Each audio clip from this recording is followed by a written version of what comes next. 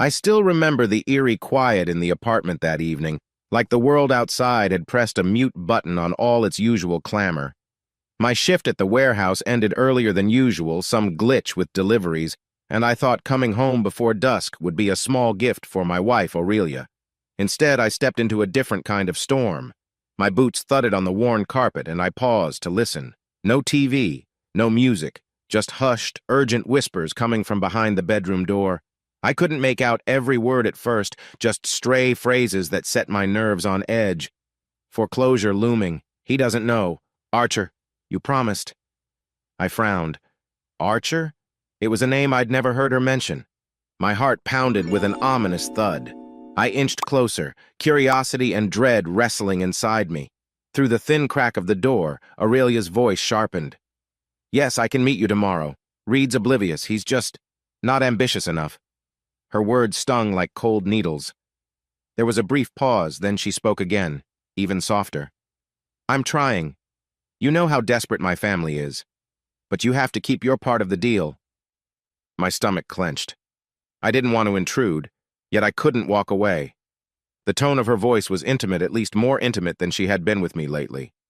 My heart hammered so loud I worried she might hear it through the door. She ended the call, and the silence that followed felt heavier than a stack of pallets at the warehouse. I backed away on autopilot, slipping into the hall before she could open the door and see me eavesdropping. I took a seat on the living room couch, quickly flipping on the TV for cover, my mind swirling with questions. A minute later, Aurelia emerged, still clutching her phone like it might vanish if she let go. When she saw me, her face froze for half a second, then she forced a little smile like a stage performer caught off guard by a spotlight. You're home early, she said, brushing a lock of dark hair behind her ear. Her voice quivered almost imperceptibly. Yeah, I replied, trying to sound casual. Slow day at the warehouse. Boss cut me loose. She nodded, crossing the room to the kitchen. I was just sorting some family stuff. Her eyes darted around, refusing to rest on mine. Everything okay? I swallowed the bitterness creeping up my throat. Everything okay? She'd just told someone on the phone that I was oblivious and that she needed a better plan, some arrangement with a stranger named Archer. But I forced a steady breath. Sure, I lied. I'm thinking about grabbing a shower. In truth, every nerve in my body vibrated with tension. I wanted to confront her right then, demand to know who Archer was, what this meeting was about, and why she sounded so intimate. But a voice in my head, maybe a survival instinct, told me to hold off. One blow-up might not solve anything and could make her more careful about hiding secrets. We ate a silent, awkward dinner. Our tiny apartment felt tighter, as though the walls were leaning in to listen. Aurelia's phone vibrated once, and she jumped like she'd heard a gunshot. She glanced at me, then quickly silenced it.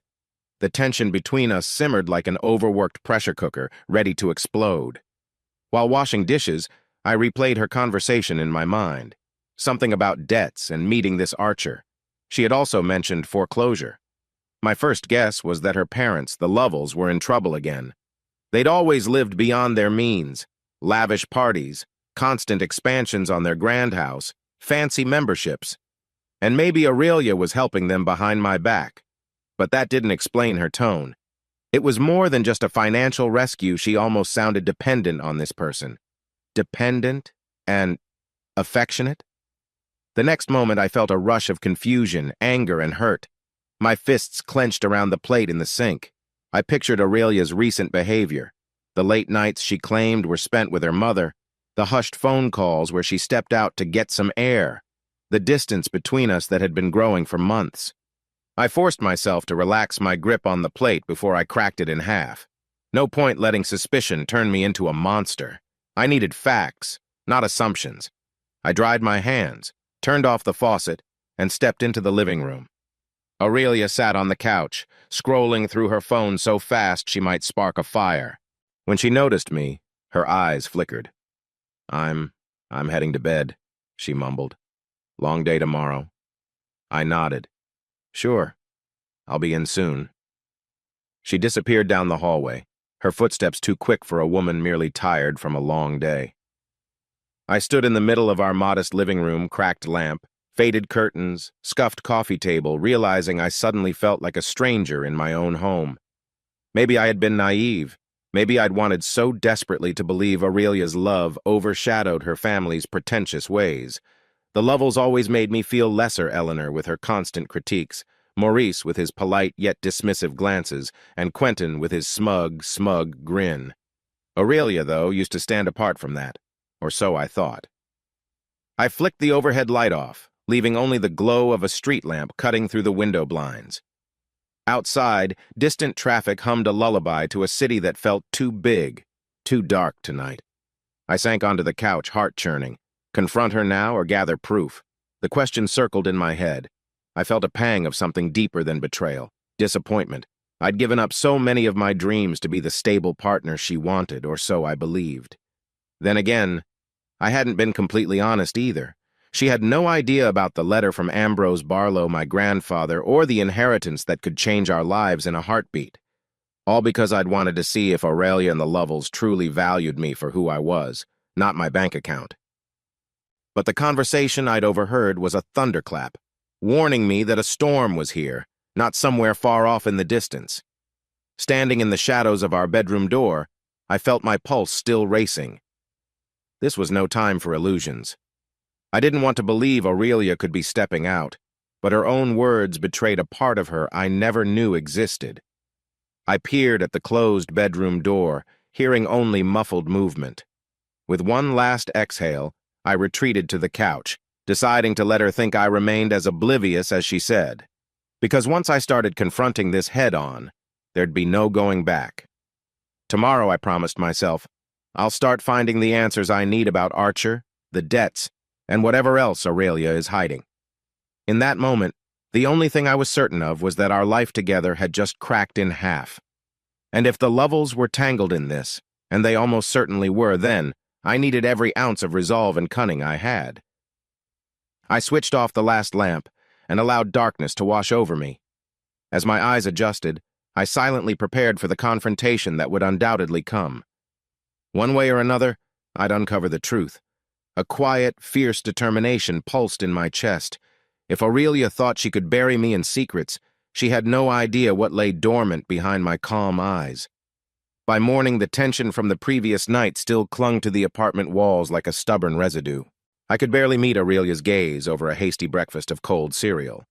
She looked tired, maybe even guilty, but she said nothing. The instant she left for her job, some marketing firm downtown, my mind went straight to Ambrose Barlow's letter, tucked away in a locked drawer. I grabbed a small key from my jacket pocket and slipped into the bedroom. My nightstand drawer creaked as I pulled it open. Wedged beneath an old shirt was a narrow metal box. Inside lay the letter, the one that shattered my own illusions a year ago. I still recall the day it arrived. The envelope was plain, the handwriting messy. I expected some advertisement or a bill I'd forgotten, definitely not a final message from my late grandfather. Back then, Aurelia had teased me about reading junk mail so thoroughly. She never realized I'd hidden the letter the moment I figured out its significance. Ambrose Barlow was a legend in my family, though not for reasons the Lovels would appreciate. He'd started from scratch, rebuilding an automotive repair shop in a small Midwestern town before branching into technology investments. By the time he passed, rumors circulated that he held an empire's worth of assets across multiple industries. I never believed it until I saw the numbers in that letter. Holding the worn pages between my fingers now, I felt the weight of his final words again. My boy, if you're reading this, it means I've left you with more than just memories. I've left you a fortune. Shares in multiple companies, real estate scattered across the country, and enough capital to reshape your future. But hear me well, don't announce it. People show their true selves when they think you have nothing. Use what I've given you wisely. If you find those who doubt your worth or betray your trust, don't let them slip away untested. The world can be cruel, but knowledge is power. You'll know when the time is right to reveal who you truly are. Ambrose. I'd spent months quietly verifying everything. With the help of a secretive lawyer and a bright assistant named Marcel Yates, I confirmed the existence of multiple bank accounts and property deeds under my grandfather's umbrella. I formed Barlow Enterprises on paper still unknown to most and installed Marcel as a kind of discreet manager. Meanwhile, I continued my warehouse job to keep up the facade. Aurelia's shift in attitude started around the time I inherited. At first, it was small things, snappy remarks about our cramped apartment, disappointment in my lack of upward mobility. The more the Lovell family sank into financial problems, the more Aurelia pressed me about doing more. But never once did she ask if I was happy. And now, after overhearing her conversation, I felt that old ache in my chest. The ache that told me the Lovells never truly accepted me, no matter how polite they acted on the surface. Aurelia herself seemed torn between loyalty to them and her old affection for me. It was painful, but also a confirmation of Ambrose's warning. I locked the letter away and grabbed my phone. Scrolling through my contacts, I hovered over Marcel's name. He had texted me a week ago about new leads on certain debts. I quickly typed him a message. Read. We need to revisit those mortgage rumors about the Lovells. Call me when you can. There. It was time to be proactive. If Aurelia's talk of foreclosure was real, I needed to confirm whether her parents Eleanor and Maurice Lovell were on the brink of losing their precious home. I'd also verify any connection with that name, Archer Gray. The day crawled by. I paced the apartment, heart pounding every time I replayed Aurelia's phone call in my head. Who was Archer? A financial savior? A lover? Both? The possibility of an affair dug into me like broken glass under the skin, but I forced myself to remain calm. If I blew up now, I'd have no vantage point to see the bigger game. By late afternoon, the phone finally buzzed. Marcel's voice crackled through. Hey, boss. Got your text. The Lovells are definitely on shaky ground. I've been monitoring them discreetly. Seems their mortgage is months behind. Credit lines are maxed out, too. I exhaled, drumming my fingers on the kitchen table. Any mention of an Archer Gray in connection to them? Marcel said, papers rustling in the background. Nothing official. But I've heard rumors he's some kind of private investor who circles struggling families, offering high-risk loans with big interest. Could be more personal, though. My blood went cold. So not just an affair partner, he might be a financial vulture as well. Okay, I said. Keep digging. I'll update you if I learn more on my end. But get me details on any loans or legal steps the Lovells might be facing. Got it, Marcel replied. Reed, are you sure you're all right? You sound, I'm good. I cut him off, forcing a steadiness into my tone. Just do the research. We hung up, and I stared out the window at the late afternoon sunlight, which slanted across our shabby parking lot. Trucks and sedans lined up like chess pieces, except I was the only one aware of the real game unfolding. Was this the right time Ambrose had warned me about? A swirl of conflicting emotions tightened my chest. Heartbreak over Aurelia's possible betrayal, anger at the Lovells' arrogance, and a cold thrill that maybe, just maybe, I had the upper hand without them knowing. They think I'm a nobody who can't help them, I mused. But they'll soon learn I have the power to pull the rug right out from under them if I choose. As dusk fell, I tucked the letter away again and made dinner for myself, a quiet meal of chicken and rice that I barely tasted. Part of me wished Aurelia would come home early so we could talk, but another part was almost relieved she didn't. I wasn't ready to confront her. My mind was in a whirlwind, the inheritance, the deception, the question of how far Aurelia might have gone with Archer Gray. Yet in that whirlwind, a spark of clarity emerged. I wouldn't remain passive any longer. If Aurelia and her family believed I was only the tired guy clocking hours at a warehouse, they'd be in for a rude awakening. I set my jaw, finishing the last bite of dinner, thinking how Ambrose's final advice resonated like a haunting echo. People show their true selves when they think you have nothing. They were about to see my true self soon enough. A week later, I found myself standing outside the iron gates of the Lovell family estate, a place they smugly referred to as their manor. It was a sunny Saturday afternoon, the kind of day when you'd expect barbecues and laughter. Instead, tension spiked the air like static before a thunderstorm. I'd been summoned commanded to join them for a family meeting. Aurelia's text that morning had read, "We need you here by noon. Don't be late." So here I was, on time, feeling my old sedan practically wilt in the shadow of the Lovell's polished luxury cars. A quick glance around showed manicured lawns, a fountain spouting water in elaborate arcs' superficial grandeur that did little to mask the reality of their crumbling finances. I steeled myself and marched up the long driveway, hoping to keep my temper in check. Inside, the foyer was all marble floors and sweeping staircases, every inch decorated with flowers or framed oil paintings of some ancestor I'd never learned about. Morris Lovell stepped out from behind a corner, hands in his pockets. "You made it," he said in a clipped tone, like I was the help. He was a tall man with salt and pepper hair, wearing a blazer that probably cost more than my monthly rent. "Come to the sitting room. Eleanor and the others are waiting." I followed him down a hallway, passing by heavy doors and ornate mirrors that reflected my uneasy expression.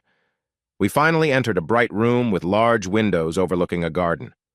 Eleanor Lovell perched on a velvet armchair like a hawk, scanning me up and down with her piercing gaze. Her expression screamed disapproval even before she opened her mouth. Aurelia stood beside her mother, wearing a fitted beige dress. She looked good, a little too good, I thought, given how distant she'd been with me. At the far side sat Quentin Lovell, Aurelia's brother. He sipped tea, crossing his legs like he owned the place. The moment he saw me, he smirked in that smug, lazy way that made me want to punch a wall. "Ah, Reed," he drawled. "The straggler has arrived." I forced a polite nod. Aurelia caught my eye, but quickly looked away. Did she feel guilty? Ashamed? Or just worried I might bring up the name Archer Gray? The tension tightened my chest. Maurice cleared his throat. "We're facing difficulties, Reed. I'm sure Aurelia mentioned we have some urgent family matters." Eleanor straightened, her manicured nails tapping the armrest.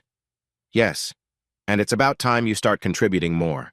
You live off your warehouse checks, but surely you have some savings." I nearly choked on how blunt she was.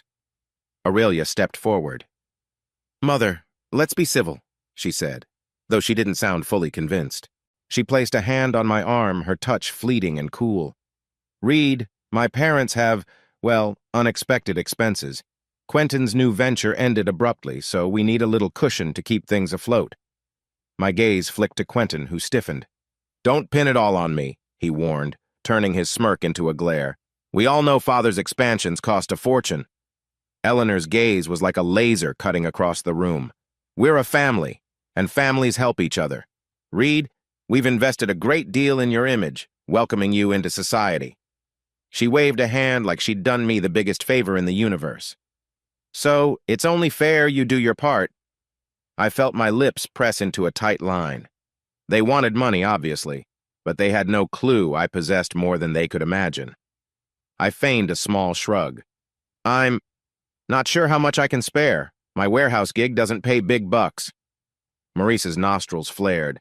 "That's not acceptable. Aurelia said you'd be open to supporting her family in hard times." My eyes shot to Aurelia. Her expression was torn, a faint blush creeping onto her cheeks. She fumbled with her dress hem. "Look, we just need a short-term loan," she said softly, as if that might soften the blow. "For repairs, mortgage gaps." They were so brazen, talking like I was a walking ATM. And while I should have been furious, I found myself oddly calm like a volcano that's still but swirling inside. "They have no idea." "No," Quentin piped up, leaning forward with a sneer. "If you can't handle it, maybe we'll find someone else who can. The name Archer Gray ring a bell." My spine stiffened. Aurelia shot Quentin a murderous glare, but the damage was done. Archer Gray was out in the open now, a wedge hammered between me and my wife. "Who's Archer Gray?" I asked, mustering all the innocence I could. Eleanor coughed delicately. "A potential investor, dear. He's shown interest in helping us, but family should come first, so we want to give you the opportunity to assist." I locked eyes with Aurelia, searching for a sign that she'd defend me, or at least soften the harshness in the air. She lowered her gaze instead. My temples throbbed. A part of me wanted to fling a stack of imaginary bills in their faces, to reveal the real me, the man who controlled more wealth than any of them. But I recalled Ambrose's words about letting people reveal their true selves. Well, the Lovells were doing a fine job of it. I exhaled slowly. "How?" How much are we talking about? Eleanor's red lips curved into a tight smile. Oh, not much to you, I'm sure. Perhaps 100,000 to start, just so we don't fall behind any further. A bark of disbelieving laughter escaped me. 100,000? I don't have that lying around. Quentin made a dramatic show of rolling his eyes. Right. So maybe we have no choice but to let Archer handle our family finances, which would leave you looking— Stop it! Aurelia snapped at him, though her voice wavered. She stepped closer to me, gently gripping my hand. Her eyes shone with an emotion I couldn't read. Regret? Shame? Reed, please. We're counting on you. Don't you want to help keep our family stable? Our family. As if they'd ever truly included me. My pulse hammered in my ears and I forced myself to remain composed. I'll see what I can do, I finally said. But I can't promise miracles. Eleanor shrugged. Fine. But do it soon. We can't wait forever. Morris led me toward the exit, polite on the surface but not masking the urgency in his tone. We appreciate any help you can give, Reed, but do understand if you can't come through, we'll have to pursue alternative financing. It may not be so beneficial for certain individuals in the family. His emphasis on certain individuals made me wonder if he meant Aurelia or me. Maybe both. Quentin followed behind like a smug shadow, content in his knowledge that I had no real power, at least none they could see. I left the estate with my mind swirling, my heart pounding. The arrogance, the demands, the mention of Archer Gray, it all pointed to a single reality. They were using me. And Aurelia, ironically, was stuck somewhere in the middle, or so it seemed. She'd played a role in calling me here, but was she truly complicit in her family's manipulations, or just desperate to keep them afloat? Standing by my old sedan, I glanced at the estate's looming facade. They want 100,000 from a man they assume is broke? My lips twisted into a grim smile. Let them believe that, because soon enough, I'd be the one deciding how this story unfolded. Back at our apartment later that night, the atmosphere was as frosty as ever. Aurelia hardly met my eyes, mumbling something about being exhausted and going to bed early. She offered no further explanation for the outrageous demands her family had heaped on me. The moment I heard the bedroom door click shut, I grabbed my laptop from a worn bookshelf. My heart raced as I typed a series of login credentials that led to a private directory files curated by Marcel Yates and a discreet legal team. Inside were documents detailing various acquisitions tied to Barlow Enterprises. I flipped through digital folders: Lovell mortgage, Lovell credit lines, Quentin's startup debt. The numbers told a bleak story for them. The mortgage was dangerously overdue. Their lines of credit were close to maxed. Quentin's business was hemorrhaging funds, relying on angel investors that he never paid back. I opened a chat window with Marcel, typing quickly, "Reed, confirm if the Lovell mortgage is officially in default. Are we able to purchase it from the bank?" He responded within minutes. Marcel, "Nearly. The final notice goes out in a few days. We can make a move now, though. Also, I found something interesting. Archer Gray is offering them a private loan at massive interest. He's a known opportunist." I felt my jaw tighten. So Aurelia's lover, if that was what he truly was, might also be a financial parasite, circling the Lovell clan like a vulture waiting for prey to collapse. My anger mixed with a strange sense of relief. At least I had clarity. "Reed, move forward. Acquire their mortgage and any other loans the bank's willing to sell. Keep it under a shell corporation." Marcel replied with a simple, "Marcel, understood. I'll handle it ASAP." I closed the chat, my mind buzzing. Yes, this was cold, some might even say ruthless. But Ambrose had left me an empire to protect myself, and to see who stood by me without expecting a windfall. The Lovells made it painfully clear they didn't value me beyond my potential paycheck. As for Aurelia, if she truly betrayed our marriage, I deserved to know. I stood, letting the laptop rest on the arm of the couch. Part of me wanted to talk to Aurelia, to force the words out of her.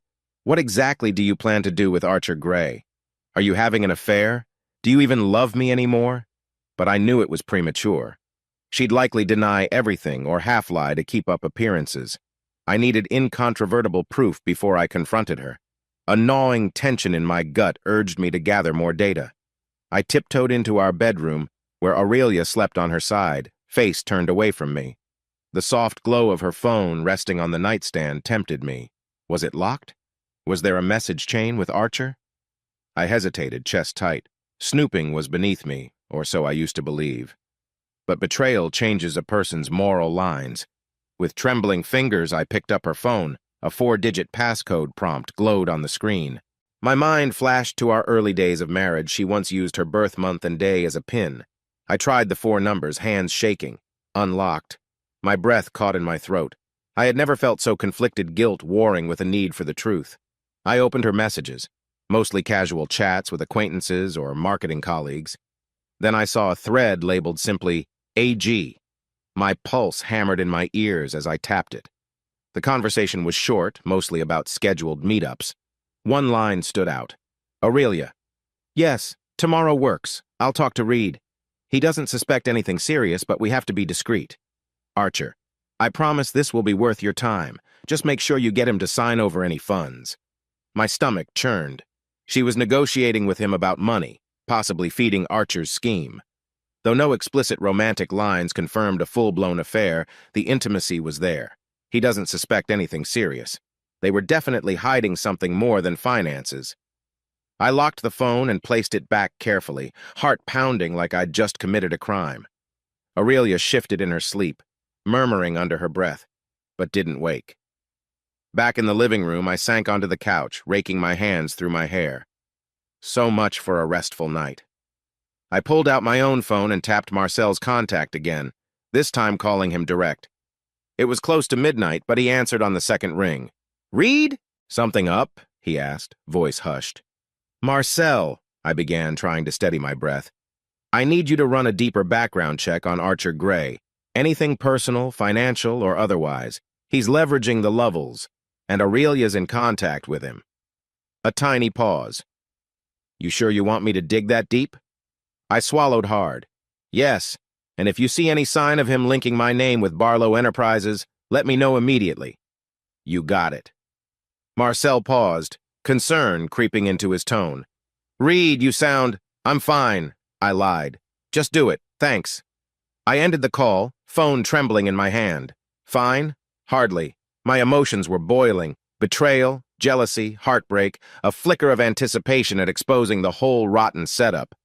My mind flicked to Quentin's arrogant smirk, to Eleanor's condescending tone, to Aurelia's longing expression whenever she talked about saving her family. I was done being used. Pressing a palm to my forehead, I forced slow, measured breaths. This entire scenario felt like a time bomb ticking under our marriage, my life, everything. But if there was one thing Ambrose taught me, it was patience.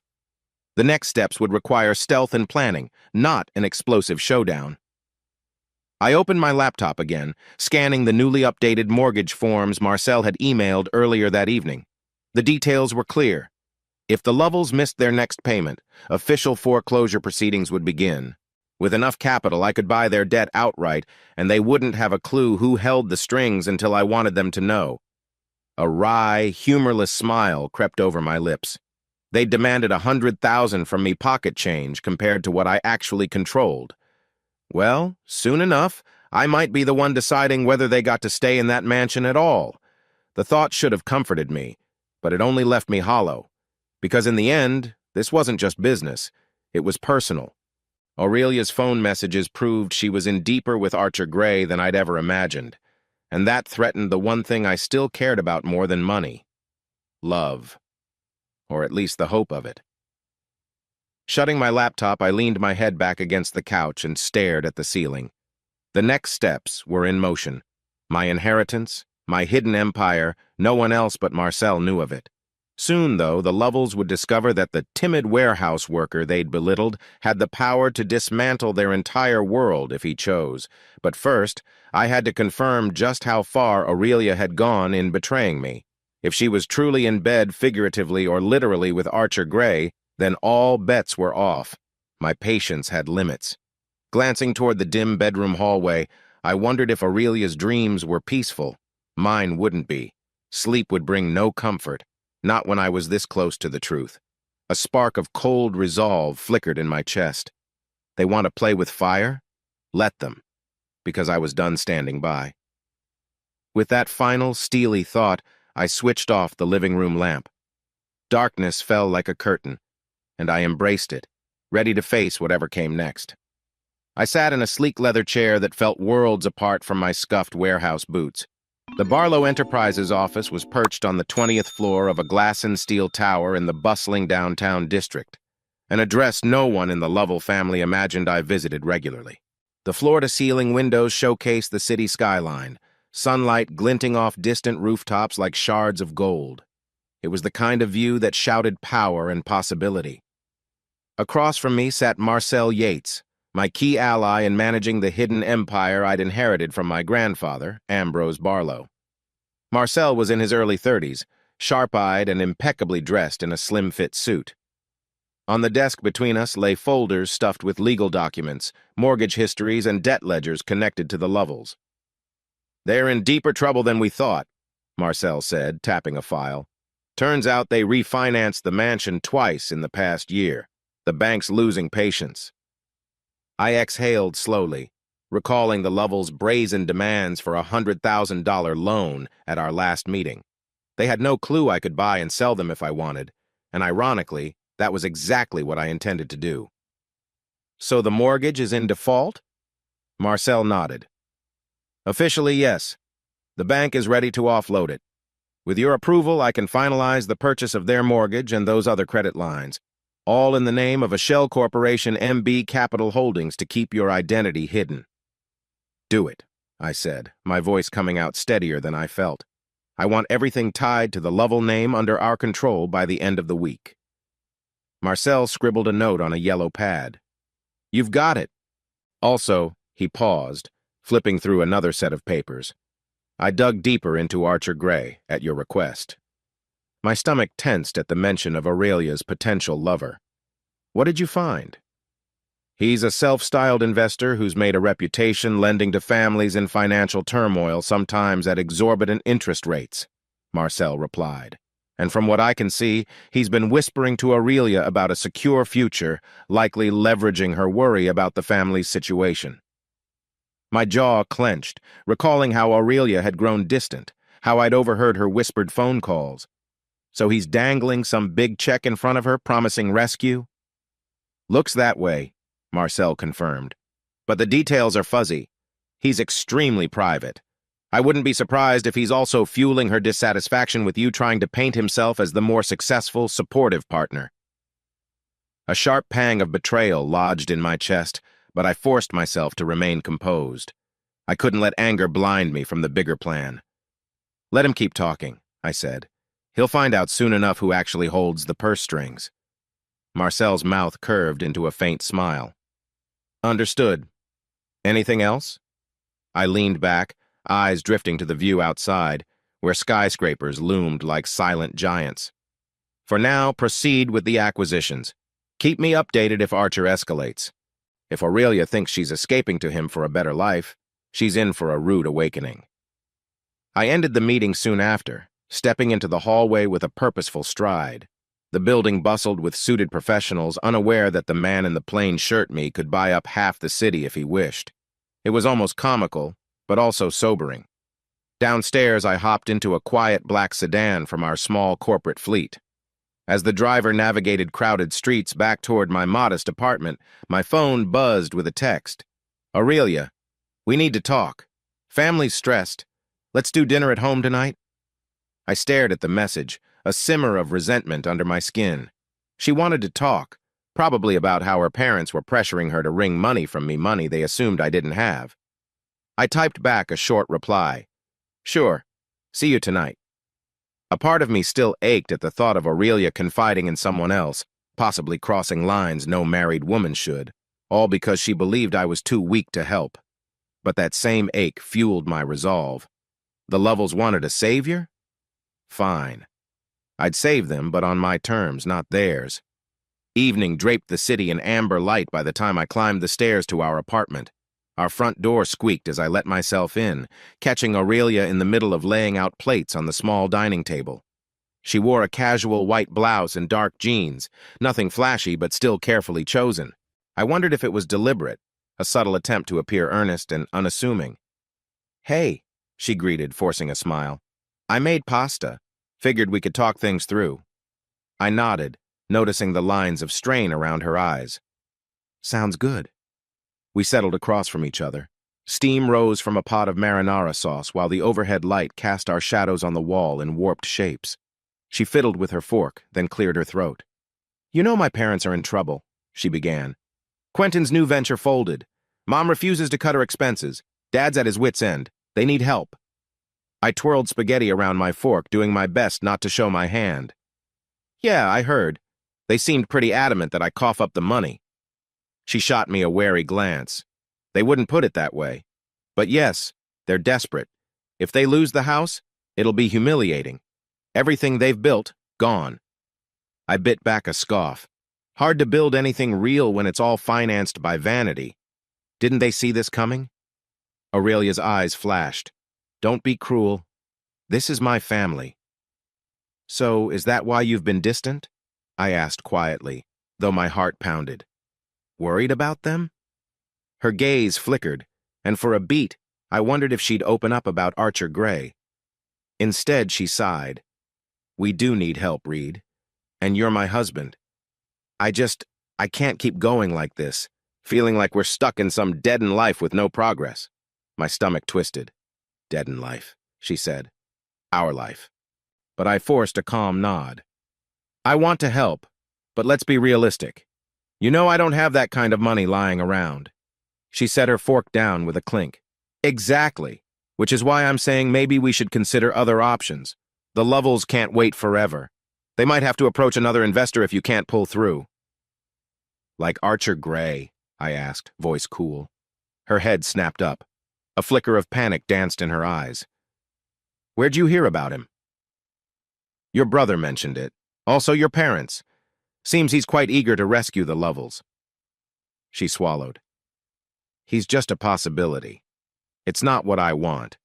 But if he can come through..." I let the tension hang, swirling in the thick air between us. Finally, I forced a casual shrug. "Well, I can't promise anything. I'm just a warehouse guy, remember?" She flinched at the echo of her own criticisms from the past. Guilt and frustration warred on her face. "Reed, you don't have to rub it in. I wish we could be on the same page. I hate seeing them like this." I studied her, a mixture of pity and anger twisting in my gut. She was torn, yes, but she was also lying by omission. I wondered if guilt gnawed at her for aligning with Archer's clandestine offers. Instead of calling her out, I muttered, "I'll think about it." For a moment, it looked like she might say more, maybe apologize, maybe confide some deeper truth. But she stayed silent, and we finished dinner in a cloud of unspoken tensions. Later that night, after Aurelia retreated to bed, I paced the living room. My phone buzzed with a message from Marcel. "Marcel, acquisition is moving fast. Mortgage transfer complete soon. Also heard Quentin's startup meltdown is making headlines. Expect more panic from the Lovels." I fired back a brief reply. "Keep me posted." A gnawing ache grew in my chest as I thought about how quickly everything was unraveling for Aurelia's family while I stood ready to catch them in the net I'd woven. I felt a twisted sense of satisfaction, but also sadness that it had to come to this. Widening the rifts indeed, I thought bitterly, recalling the arguments, the deception, the subtle push of Archer Gray. I made myself a cup of tea to calm my nerves. The moonlight spilled through the curtains, illuminating the chipped paint on our walls. This apartment suddenly felt like a battlefield with uneasy truces on all sides. Aurelia was in the bedroom, presumably sleeping, but I had no illusions about the emotional distance between us. My mind drifted to Ambrose Barlow's final advice about seeing people's true hearts. Right now, Aurelia's heart was shrouded in fear, ambition, and perhaps misguided loyalty to her family. But she was far from blameless. Her hush-hush calls and texts with Archer Gray proved that. If she doubted my ability to provide a future, she'd soon realize I was more than capable. I stood there sipping tea, letting the steam warm my face. My path was set. Acquire their debts, orchestrate the trap, and see how they reacted once the real puppet master was revealed. In the silence of our tiny apartment, I felt a pang of regret that it had to be this way. Still, the die was cast.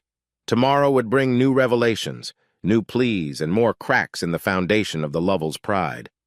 And I would be waiting. 2 days later, I came home from a short warehouse shift to find Aurelia pacing the living room like a restless cat. The curtains were drawn, casting the space in a dim, claustrophobic haze. The moment I stepped inside, she spun on me, eyes blazing. "Where were you?" she demanded, voice tense. I blinked. "Work. Why?"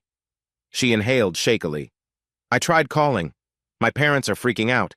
Quentin just admitted he owes thousands in legal fees for some failed contract. My father's credit cards got declined at the country club. It's a disaster, Reed. We can't just stand by and watch them lose everything." I set my lunchbox on the kitchen counter. "And what do you propose I do?" My tone had a sharper edge than I intended. She ran a hand through her hair, eyes wild. "Are you even listening? They're desperate. You're my husband. Why can't you just, I don't know, find a better job or something?" A cold laugh escaped me. "A better job? That's your solution?" She glared. "Don't mock me, Reed. You haven't been around enough lately anyway. I'm stuck dealing with this alone, trying to keep my parents sane while you act like your hands are tied." My pulse hammered. "I've been working overtime, doing what I can to help us get by. But apparently it's never enough for you or the Lovells." She threw her arms up. "Because you're always too busy, or too I can't keep explaining. You vanished this morning without a word. Maybe you're running off to some secret meeting that doesn't pay the bills, who knows?" A flash of guilt flickered through me. She wasn't entirely wrong. I'd been visiting Barlow Enterprises whenever I could, setting the stage for the final reveal, but of course I couldn't tell her that. "You're ridiculous," I said, keeping my voice low. "If there's something you want me to do, just say it. Instead, you're hinting that I'm not there for you. That I'm letting you down." She pressed her lips together, eyes brimming with unshed tears. "I never asked for a grand life, Reed. I just want stability. You used to have ambition. Now you're stuck, and the only people showing me a real plan are—" She broke off mid-sentence, but it was too late. The name hovered unsaid. Archer Gray. My teeth clenched. "Archer Gray, right?" I said, voice quivering with anger. "He's the savior you're counting on?" She blanched, color draining from her cheeks. "How do you— You dropped his name just now," I lied smoothly, taking advantage of her slip. My heart pounded as I pressed on. "I've heard enough about him. Your family worships him. You seem to think he can do more for you than I ever could." "That's not," she stammered, face flushing. "You're twisting my words. I'm just saying that if someone is offering solutions while you pretend everything's fine." A fury I'd kept buried flared. "Pretend? You're the one hiding secrets, Aurelia. Don't you dare blame me for not stepping up when you haven't even told me the whole story." She opened her mouth to retort, but nothing came out. Her eyes flashed with a mix of shame and defiance.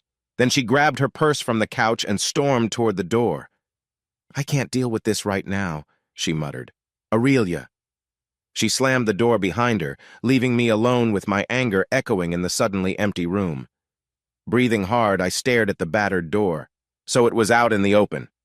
Archer Gray was the man she believed could rescue the Lovells, and I was the deadened husband who couldn't measure up. The confrontation had been heated, but it wasn't even the full explosion I felt boiling beneath my skin.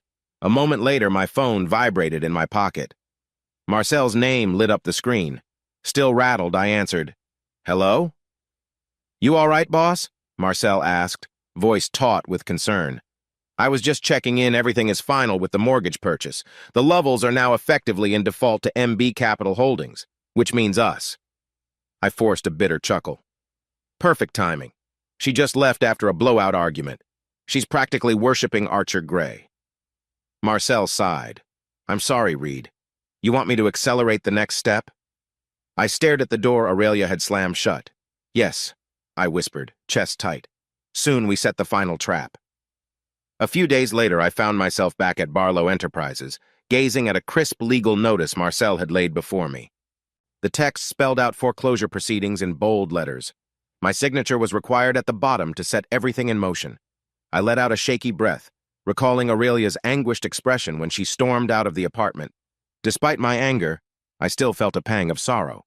We once loved each other deeply, but these days, that love seemed buried under layers of resentment, pressure, and secrets.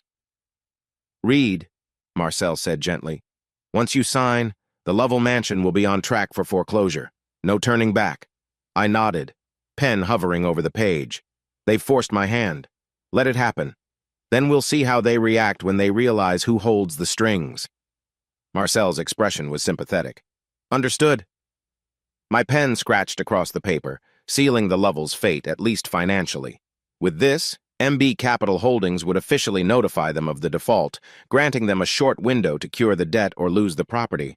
I had no intention of letting them cure anything.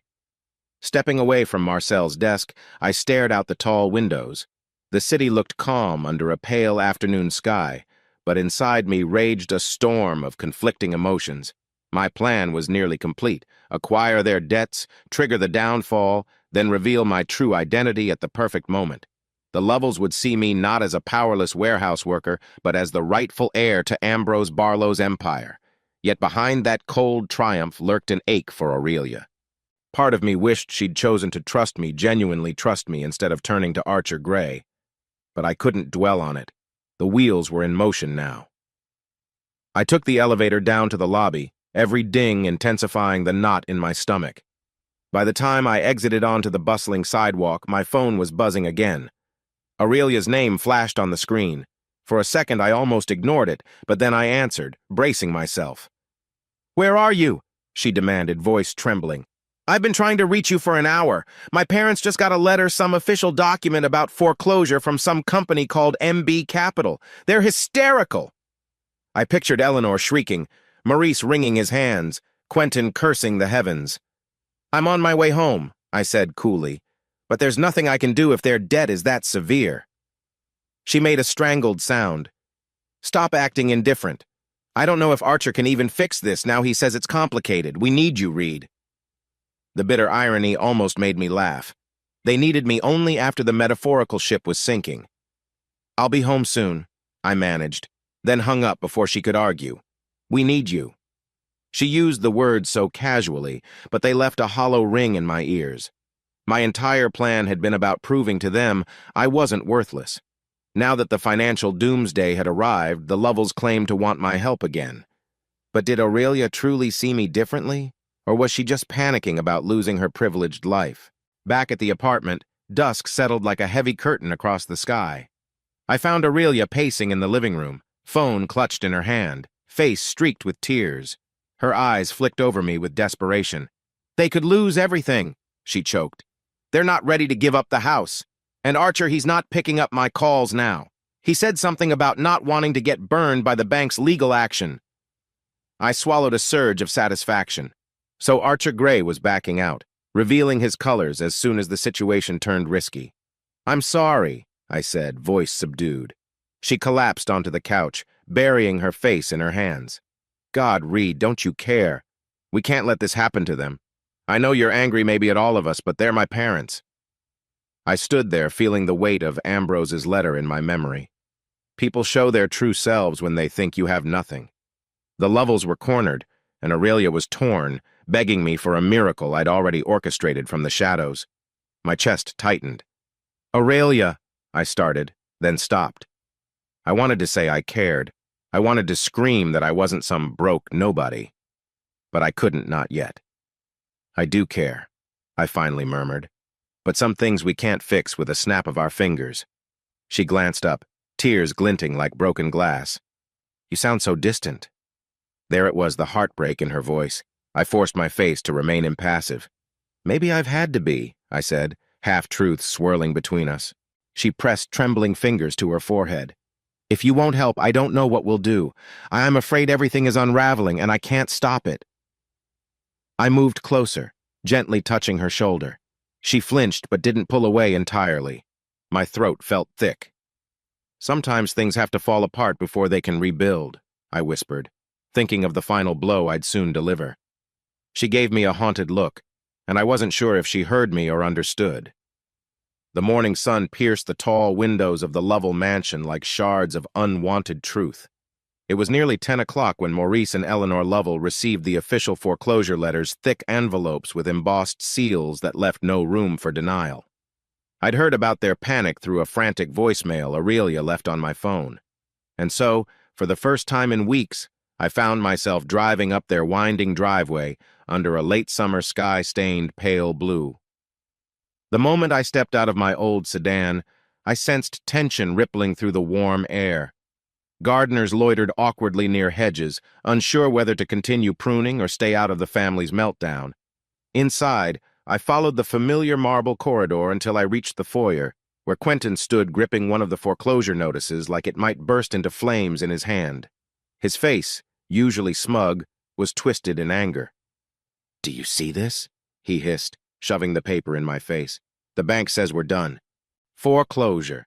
Unless we cough up a fortune in days." Days! Beyond him, I caught sight of Eleanor, perched in her favorite armchair, her usually immaculate hair disheveled. Morris paced in front of a portrait of some distant ancestor, sweat darkening the collar of his button-down shirt. The grandness of the room gleaming floors, ornate chandeliers felt absurdly hollow against their desperation. Aurelia emerged from the hallway, face pale. "Reed, thank God you came," she murmured, scanning my expression for any sign of reassurance. I offered none. Maurice, upon spotting me, practically lunged. "You work for some finance firm, don't you? Or you must know someone who can fix this. You're our son-in-law, for heaven's sake." I'd never seen him so rattled, and a part of me almost felt pity. Almost. "Look," I said, keeping my voice low, "I don't have any magic wand here." Eleanor's eyes flashed. "We refuse to believe it. We've been loyal customers of the bank for years. This has to be an error." She tapped the letter's crest as though the emblem itself were insulting her. "Someone must have bought out the mortgage or manipulated the terms. I know it's not ours alone to blame." I swallowed the bitter truth that I was, in fact, the one who orchestrated it all through a shell company. I took a measured breath. "I don't know the specifics," I lied, letting my gaze sweep across their terrified faces. "But it looks legitimate. You're behind on payments. The bank or whoever bought the loan has every right to foreclose." Quentin let out a mirthless laugh. "This is insane. You're basically telling us we're out on the street, unless you can help." He fixed me with a sharp stare that reeked of entitlement. Behind them, Aurelia's eyes brimmed with tears. She looked smaller, like the ground had dropped from beneath her. "Reed," she whispered, "we can't lose this house. It's our entire family's legacy. You have to do something." I scanned the lavish furniture and gilded frames trappings of a life that had always excluded me, except when they needed a wallet. My voice remained deceptively calm. "I can't help you without seeing your true intentions," I said quietly. They blinked, uncomprehending. Maurice's nostrils flared. "Stop playing cryptic. You either help us, or you don't." I shrugged. "That's the point. I'm not sure whether you even value me beyond what I can do for you." Silence pressed down on the foyer like a thundercloud ready to burst. Then Eleanor's voice cut through, dripping with indignation. "You ungrateful, we included you in our family, and now, in our time of crisis, you speak in riddles?" I held her gaze, heart pounding. "I've heard you talk about me as if I'm lesser. My job, my car, my so-called lack of ambition. Now you want me to pull miracles for you? Maybe you should show me I'm more than a tool." My words hung there, the unspoken threat fracturing the last of their composure. Maurice's face darkened, and Quentin snarled, "You'd better leave if all you've got are lectures. We can handle this ourselves." Aurelia stood trembling, tears sliding down her cheeks. "Reed, don't go," she begged. "We need—" I cut her off with a gentle shake of my head. "I'll see what I can do," I said softly. "But only if you're honest with me." Their combined silence was deafening. As I turned to leave, I caught a glimpse of Aurelia's stricken expression. It almost broke my resolve. Almost. But the memory of her secret calls to Archer Gray and the humiliation I'd endured for months kept me walking. Rain clouds rolled in by late afternoon, turning the sky a dull gray that matched the atmosphere inside the Lovell mansion. Unbeknownst to them, I'd circled back, drawn by a vague sense that something more was brewing. Parking around the corner, I approached on foot, the wind whipping my jacket. Through the tall windows in the living room, I saw Archer Gray stride in unannounced, carrying an air of lazy confidence. Even from outside, I recognized his practiced smile, a smooth operator used to sniffing out desperation. Dressed in a sleek navy suit, he radiated a polished charm that felt as cold as the storm clouds overhead. By the time I slipped into the foyer, he was already settled on the velvet couch, with Eleanor and Maurice practically hanging on his every word. Quentin hovered nearby, arms crossed but face eager.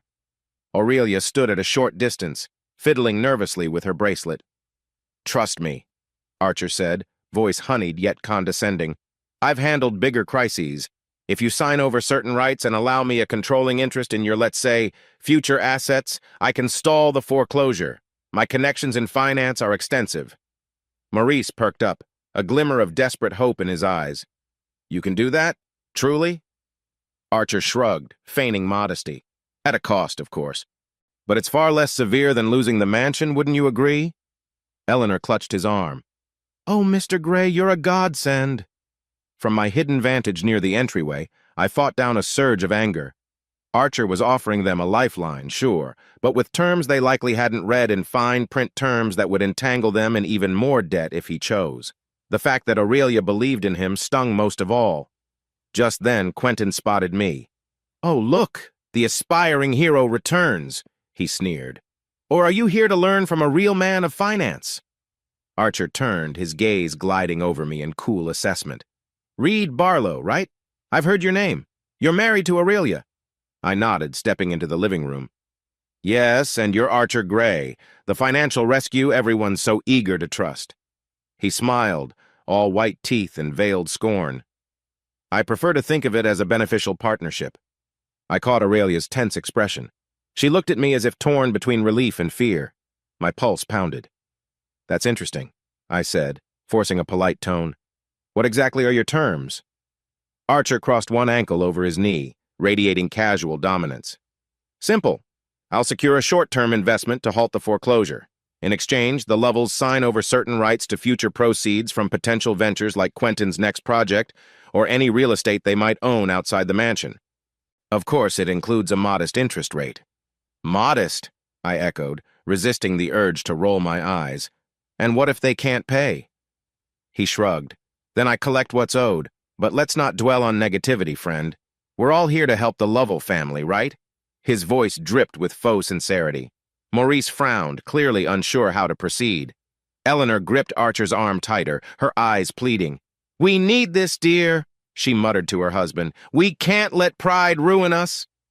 I decided to fan the flame. "Sounds like a big risk. Are you sure you're not just preying on them?" Archer's jaw flexed. A flicker of annoyance crossed his face. Aurelia broke in, voice trembling. "Reed, that's enough. Archer is here because he's actually willing to do something, unlike—" Her gaze darted away. The unspoken insult burned, but I concealed my pain behind a thin smile. "Right. I'm just the clueless husband, after all." Archer leaned forward, eyes gleaming. "No offense, but from what I gather, you're not exactly in a position to save them. Let's be realistic, shall we?" Lightning flashed outside, illuminating his confident smirk. In that moment, I realized how deeply Aurelia had placed her trust in him enough to challenge me in her own home. My resolve hardened like steel. Let him play hero for now, I told myself. He had no idea I actually controlled the mortgage behind the scenes. A week later, the Lovels attempted one final stand against the foreclosure by petitioning the local court for bankruptcy protection. Their attorney, a wiry man with a perpetually anxious expression, guided them into the stuffy courtroom, where fluorescent lights hummed overhead and the scent of old paper hung in the air. I arrived separately, wearing a modest blazer. My heart thudded as I took a seat near the back, arms folded, waiting.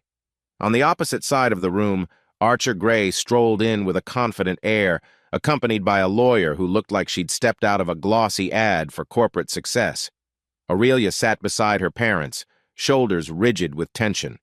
When the judge, a middle-aged woman with keen eyes, called the case, the Lovels' lawyer stood to argue that the foreclosure was excessive, that they had potential investors, and that they just needed more time. Archer nodded along, chiming in about how he was prepared to fund a rescue. The judge flipped through a file, brow furrowed. "I see mention of MB Capital Holdings as the primary creditor," she said. "Are they present?" That was my cue. Rising to my feet, I stepped forward, calm adrenaline coursing through my veins. Your Honor, I represent Barlow Enterprises, the parent entity of MB Capital Holdings. A ripple of confusion passed through the room. Quentin literally stood halfway out of his seat, eyes bulging. Maurice's lawyer hesitated. Archer blinked, obviously blindsided. Aurelia looked at me with dawning horror, her lips parting in silent shock. Mr. Barlow, the judge continued, please clarify your role in this matter. I cleared my throat, voice echoing under the high ceiling. I'm Reed Barlow, CEO of Barlow Enterprises. My company recently acquired the Lovell's mortgage and outstanding debts through MB Capital Holdings. We hold the legal right to foreclose unless the obligations are met. Gasps erupted. Eleanor half rose from her chair, face pale as bone. Archer's expression turned from smug to enraged. Aurelia's hand flew to her mouth, tears glistening in her eyes as realization struck her. The judge raised a brow at me. So you are effectively the creditor? Yes, Your Honor, I said evenly, which means the final decision on whether to proceed with foreclosure rests with me. For a moment, even the hum of the fluorescent lights seemed to fade into silence. Quentin started to protest, but his attorney tugged him back down. Maurice sputtered, You can't be, this is impossible. I shrugged, eyes sweeping across them all. It's quite possible, sir. I've spent the last year establishing my company, building capital. When I learned of the Lovell's precarious finances, I saw an opportunity. Aurelia's tears spilled over, her face reflecting heartbreak, fear, and something like regret. Archer Gray tried to interject, stammering about guarantees, but the judge held up her hand. Let Mr. Barlow finish. I locked my gaze on Archer, then on Aurelia. I can repossess everything, I said softly. Or I can choose another path, but that choice is mine. The courthouse hallway felt stifling as we reconvened outside the hearing room for final negotiations. Uniformed guards stationed themselves at each end, eyeing the swirl of heated discussions with mild disinterest. Maurice and Eleanor hovered near a bench, whispering frantically. Quentin paced like a trapped animal, occasionally shooting me venomous glares. Archer Gray, for all his confidence, now looked like he'd swallowed a sour lemon. His flashy lawyer was busy tapping away on her phone, likely searching for a last-ditch tactic. Aurelia stood apart from them, hugging her arms as if trying to keep from crumbling. Her eyes flicked to me. A storm of confusion etched across her features. Finally, the judge called us back inside. All right, she began. After reviewing the documents, it seems Mr. Barlow's company has full legal standing. Unless you come to an agreement, foreclosure will proceed. Silence hung in the room until I cleared my throat. I have terms, I announced, placing a single-page document on the table in front of the Lovell's lawyer. My voice remained carefully measured, even if my pulse throbbed. First, the Lovell mansion must be sold to repay part of the debt. I'll provide a modest house mortgage-free for you to live in, but no more extravagance. Eleanor let out a faint cry, collapsing back into her chair. Morris closed his eyes like a man awaiting a punch to the gut. I continued. Second, both Eleanor and Maurice must enter financial counseling. No more reckless spending. Third, Quentin is cut off from any additional funding, no more bailouts or blank checks. Lastly, I took a steadying breath, forcing myself to meet Aurelia's tearful gaze. Aurelia has a choice. She can remain my wife under these new circumstances, or walk away with nothing. Archer attempted an outraged protest, but the judge gave him a pointed look. You'll have your turn, she said curtly. The entire Lovell family stared at me in stunned disbelief. I felt like I'd transformed from the mild-mannered warehouse worker they'd mocked into some ice-cold executive. In truth, my heart twisted with regret, but I stood firm. This was the line I'd drawn. Archer Gray slammed a hand on the table. This is absurd. You can't just strong-arm them like this. I was prepared to invest. Your investment means nothing now, I interrupted quietly. I'm the creditor, the one with legal authority. If you have a problem, take it to another court. My words echoed with a finality that made Archer pale. Eleanor whispered, voice shaky, We raised you as our own son, how could you? Did you? I asked, a tremor in my tone. Or was I just another tool? Her silence answered better than words. Quentin, trembling with fury, stormed to the door, cursing under his breath. Maurice stood there, shoulders sagging in defeat. Finally, Aurelia found her voice, though it was choked with tears. "Read, please." She couldn't finish, casting a desperate glance at me. I held her gaze, wanting to wipe away her tears and comfort her, but knowing it was too late for half measures. "I'll give you time to decide," I said, my tone gentler than before. "But these are my conditions. Accept them, or the foreclosure moves forward to the bitter end." Archer let out a frustrated snarl, snatching up his briefcase. "I refuse to be part of this," he spat, heading for the exit. His footsteps echoed down the hallway, a hollow surrender. For a moment, no one moved or spoke. The judge reviewed the paper, then banged her gavel once. "Terms accepted for consideration. Next hearing is scheduled in a week. Until then, the Lovels must decide." In that beat of silence, Aurelia's eyes brimmed with fresh tears, heartbreak shining bright. With Archer gone, her family in ruins, and me holding all the cards, the reality of her choices weighed on us both. I quietly gathered my documents, ignoring the Lovels' attorney who scurried after me, still mumbling about possibilities. As I walked out, the hiss of the courthouse doors closing behind me felt final, like the slamming of a vault, sealing away any illusions I once held. Cliffhanger. I paused on the courthouse steps, inhaling the crisp air that smelled faintly of rain on concrete. In the parking lot below, Aurelia stood with her parents, uncertain, devastated. She lifted her gaze and found mine across the distance. For a long, heavy moment, neither of us spoke. Then I turned away, the echo of her tears lodged in my chest. Our lives, once bound by fragile love, now dangled on the edge of a decision only she could make. A hazy morning sun gleamed over the once grand Lovell mansion like a spotlight on a decaying stage. I stood across the street, leaning against my unassuming sedan, watching as a repossession truck rumbled up the circular driveway. A few neighbors peered from behind manicured hedges, whispering in hushed tones, drawn by the slow, methodical stripping of the Lovels' former glory. Eleanor and Maurice hovered near the front steps. Eleanor's usually impeccable hair was pinned haphazardly, and Maurice still wore yesterday's clothes, rumpled khakis, and a wrinkled sweater.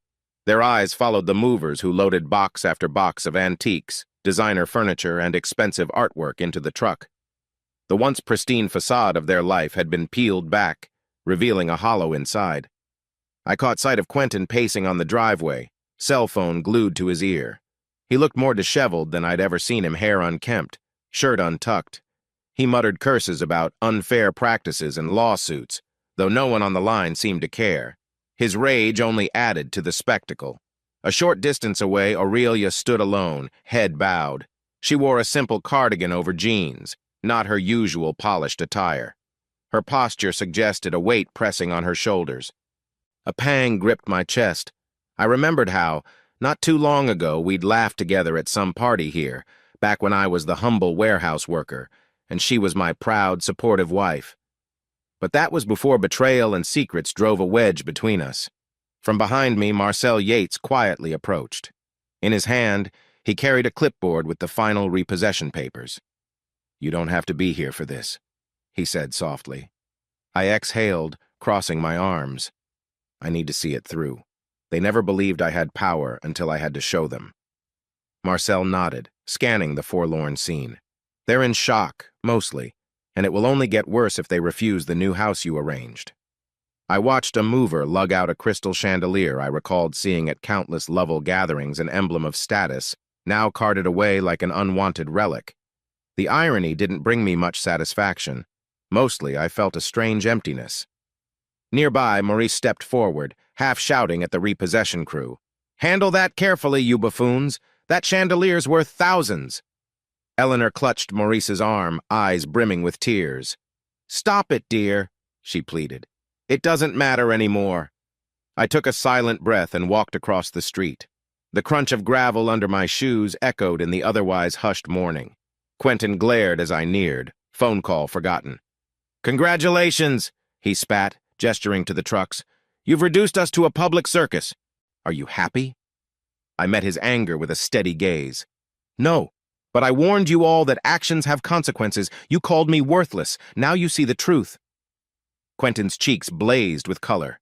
This is unfair. You swooped in. You tricked us. Eleanor's trembling voice interrupted. Please, Quentin, let it go. She clung to Maurice, who stared at me with hollow eyes. What happens now? She asked. I cleared my throat, trying to maintain a calm tone. You'll move to the smaller house I've provided, mortgage-free.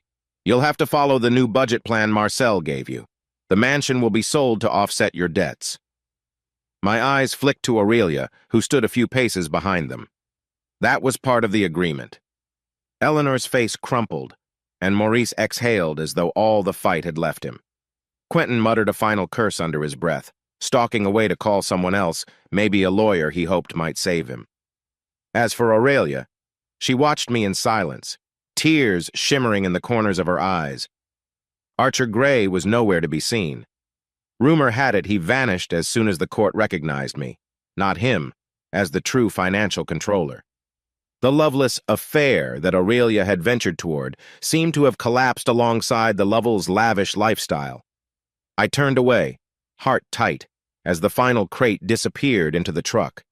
The last vestiges of their old grandeur had been packed up and carried off. The cost of their arrogance was now on full display in the stunned faces left behind. A few weeks later, I sat in my newly purchased condo downtown, the evening sky painted in hues of purple and deep orange outside floor-to-ceiling windows. The view was breathtaking, a world away from the cramped apartment I once shared with Aurelia. Now the space felt too large, each empty room reminding me of the void in my personal life. I was nursing a mug of black coffee when a soft knock sounded at my door. My heart jolted. I wasn't expecting company. Setting the mug aside, I crossed the living room and opened the door to find Aurelia. Her eyes were red, her hair slightly disheveled, as though she'd spent the entire day wrestling with turmoil. "Reed," she whispered, clasping her hands in front of her. I'm sorry to just show up." Tension coiled in my chest. Part of me wanted to slam the door, but a deeper part told me to let her speak. "Come in," I said, stepping aside. She hesitated before entering, taking in the modern decor and the quiet elegance. I gestured to a cushy chair near the window. The city lights blinked beyond us like distant fireflies, offering a strange comfort. Aurelia sank into the seat, gaze cast downward. "I'm not sure where to begin," she said, her voice trembling. "Everything's fallen apart. Mom and Dad they're basically caged by this new budget. Quentin's furious, he blames you for everything. And I have nowhere to turn." I took a seat on the couch, keeping a wary distance. "What about Archer Gray?" I asked, forcing an even tone. Mentioning his name still made my throat tighten. She shook her head, tears slipping down her cheeks. "He vanished as soon as he realized the money wasn't there. No calls, no support, just gone. I was so stupid to believe he cared." Her confession hung in the space between us. I waited, remembering all the nights I'd suspected her betrayal, the phone calls she tried to hide. The ache in my chest intensified. After a moment, she whispered, "I need to tell you the truth. There was something between us, but it was more emotional than anything. I was lonely, Reed. You were so distant, working weird hours. I didn't understand what you were doing. It felt like neglect." My jaw tightened. "So you found comfort in the idea of Archer's wealth?" She flinched. "I suppose so. He promised me security, told me he could save the Lovells if I just believed in him. But I was naive, or desperate." She looked up, tears shimmering. "You must hate me." I stared at my hands. "I hate what you did," I said bluntly. "I hate that I gave up so much trying to prove my worth while you turned to a stranger who told you pretty lies." She choked back a sob. "I know, and I realize now how badly I hurt you, how I misjudged everything. This is on me too, I see that." A heavy silence pressed down. The city lights outside seemed to intensify, flickering in the reflection of Aurelia's tear-filled eyes. I rose from the couch, pacing toward the window. "You said I was distant," I murmured. "Maybe I was, but you never asked why. You just assumed I lacked ambition, that I was stuck." She pressed trembling fingers against her mouth, words failing her. Finally, she managed, "Why didn't you ever tell me about your inheritance? That you had the power to help all along?" My heart thundered. "Because Ambrose, my grandfather, warned me. He said people reveal their true selves when they think you have nothing. I wanted to see if the Lovels, if you, saw me as more than a wallet." My voice caught. "You failed that test, Aurelia." Tears spilled anew, and she clutched the arms of the chair. "I know," she said brokenly. "I regret it more than you can imagine. I can't undo what's happened, but I want to ask for your forgiveness. Or at least a chance to make things right." I turned, crossing my arms over my chest. A swirl of conflicting emotions battered me: anger, sorrow, an old affection struggling to resurface. Memories of our happier days flickered through my mind like a half-forgotten dream. "I neglected showing you who I really was," I said in a shaky voice. "But you chose betrayal. That's a chasm I'm not sure we can bridge." She nodded, tears darkening the fabric of her sleeves. "If you can't forgive me—" "I understand," she whispered, "but I can't leave without trying. I love you, Reed, even if it took losing everything to realize it." For a long moment, neither of us spoke. The hush of the condo felt suffocating, echoing with heartbreak. Finally, I said, "I need time, Aurelia. I don't know if I can just flip a switch and go back. So much has changed." She stood, shoulders trembling. "I'll wait," she whispered. Then, without another word, she walked out the door, leaving me alone in the quiet glow of city lights. I spent the next week in a fog of inner conflict.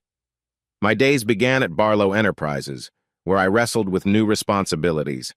I'd funneled a significant portion of my grandfather's assets into a philanthropic effort I dubbed the Ambrose Fund, dedicated to supporting community projects, scholarships, small business grants, housing initiatives. The press barely knew it existed, but Marcel assured me that with careful planning, it would become a meaningful force for good. When not overseeing finances, I found myself caught in a mental loop, Aurelia's confession replaying in my mind, Archer Gray's smirk haunting my nightmares, and the echo of the Lovell's demands reverberating in my memory. At times, I felt an odd satisfaction that I'd meted out justice on the people who once belittled me. Yet, a persistent ache reminded me that vengeance rarely brings pure relief. Marcel knocked on my office door one afternoon, stepping in with a stack of papers. "Updates on the Ambrose Fund," he said with a small smile. "We've identified 3 local charities that could use immediate assistance housing for veterans, an after-school program for underprivileged kids, and a community health clinic."